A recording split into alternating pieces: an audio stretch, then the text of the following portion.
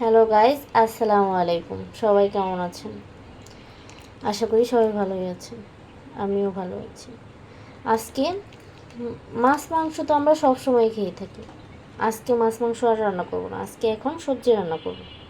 আমি এখানে 3-4 পদের সবজি কেটে নিয়েছি। এখন আমি কড়াই, শুধু সবজি দিলেও ভালো লাগে না, তাই কিছু ডালও দিয়ে দিলাম। এখন আমি এটাকে ভালো করে নেড়ে চেড়ে একটু কষিয়ে নিব। দিয়ে নিচ্ছি স্বাদ মতো লবণ।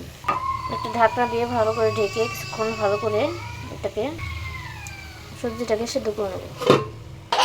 আমি দিয়ে নিয়েছি আদা রসুনের পেস্ট। এখন দিচ্ছি হলুদের ফাঁকি, দিয়ে নিচ্ছি মরিচের ফাঁকি, ভালো করে কষিয়ে নিচ্ছি।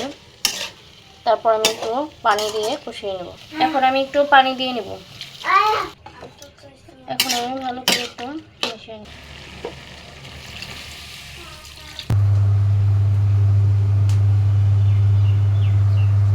এখন আমি সবজিটা ভালো করে বাগার দিয়ে নেব। দিয়ে নিয়েছি পেঁয়াজ, রসুন। সবজিটা ভেজে নেব। সবজিটা হয়ে গেছে। ভালো লাগলে অবশ্যই লাইক, কমেন্ট অ্যান্ড শেয়ার দিবেন, আর একটা সাবস্ক্রাইব করতে ভুলবেন না।